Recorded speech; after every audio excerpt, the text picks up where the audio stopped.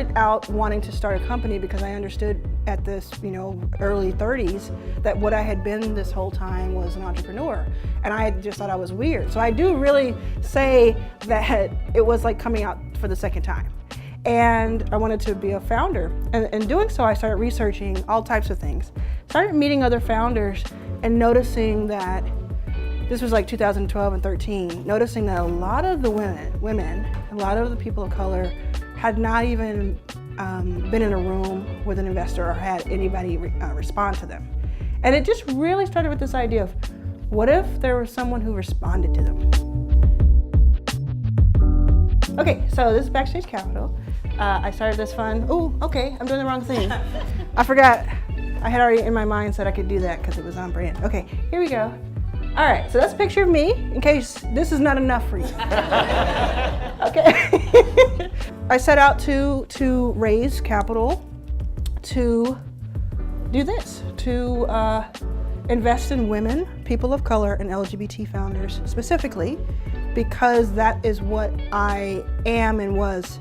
And I thought, if I'm going to do this, there are many, many ways I could do this and many groups of people I could be looking at. But let's start, because it's such a daunting task, let's start with what I know. Let's start with what I understand.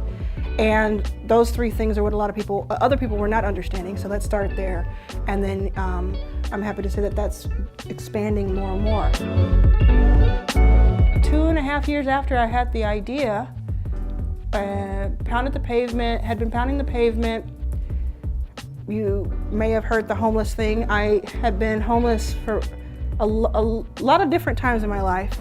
And honestly, people ask, I was asked this maybe a week and a half ago at an event the event was for millionaires. I mean, that was the exact event it was for. Was for people who had a lot of money to spend. And then one woman, asked, "Hey, how homeless were you?" And I was like, But I also, at the same time, knew that this had to exist. I knew that Backstage Capital had to exist. Even if it weren't Backstage Capital, our name, our brand, something like it needed to exist. And so I just kept pressing forward. I kept taking meetings. I kept chasing people outside of events that I couldn't afford to get into and saying, "Hey, will you listen to me? Will you listen to me?" One day someone did. Her name is Susan Kimberlin. She worked at Salesforce and she wrote the first check. Along the way, and then after I got started, I was asked these questions. Are there going to be enough, basically, are there enough women creating companies? And I would say to people when they would ask that question, mostly guys, would ask it, I would say, like, have you ever left your house?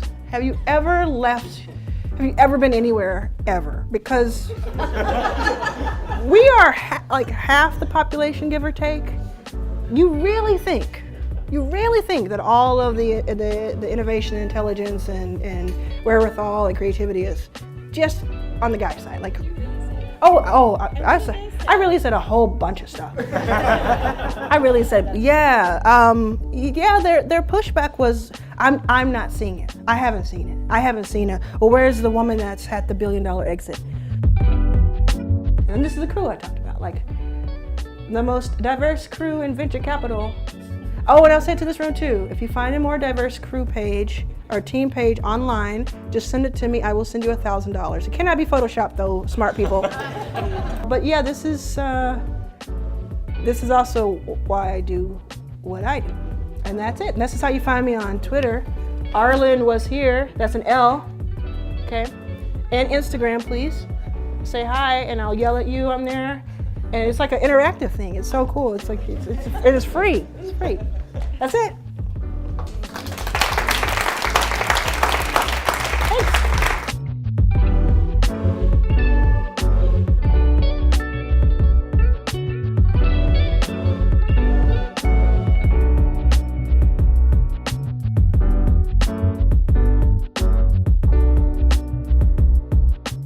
Backstage Capital.